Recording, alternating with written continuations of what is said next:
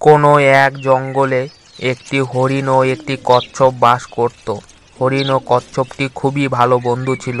তারা একসঙ্গে খাবার খেত, গল্প করত এবং একসঙ্গে ঘুরে বেড়াতো। হরিণ ও কচ্ছপটি একই জায়গায় থাকতো। হরিণটি থাকতো ডাঙায় আর কচ্ছপটি থাকতো জলে। একদিন হরিণটি বলল, শোনো বন্ধু, আজকে ওই বনে যাই। শুনেছি ওই বনটায় অনেক সুস্বাদু ও নরম নরম ঘাস আছে। কচ্ছপটি বলল, তুমি ঠিকই বলেছ, কিন্তু ওই বনটায় অনেক বিপদ আছে। শুনেছি ওই বনটায় নাকি শিকারী ঘোরাঘুরি করে। তাই কি হয়েছে? আমরা শিকারিগুলোর আশেপাশেই যাব না, চলো না বন্ধু। হরিণটি বলল।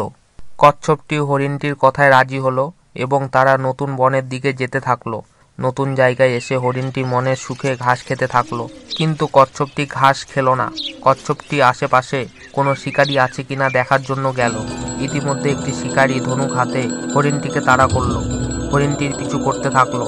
কচ্ছপটি দেখলো শিকারীটি হরিণটিকে ধরে ফেলবে, তাই কচ্ছপটি দৌড়ে শিকারীটির পায়ের কাছে মারল আর শিকারীটি পড়ে গেল। শিকারীটি বলল, আহ, কি যেন একটা পায়ে এসে লাগলো। এরপরে শিকারীটি দেখলো একটা কচ্ছপ। শিকারীটি বলল, কত বড় কচ্ছপ!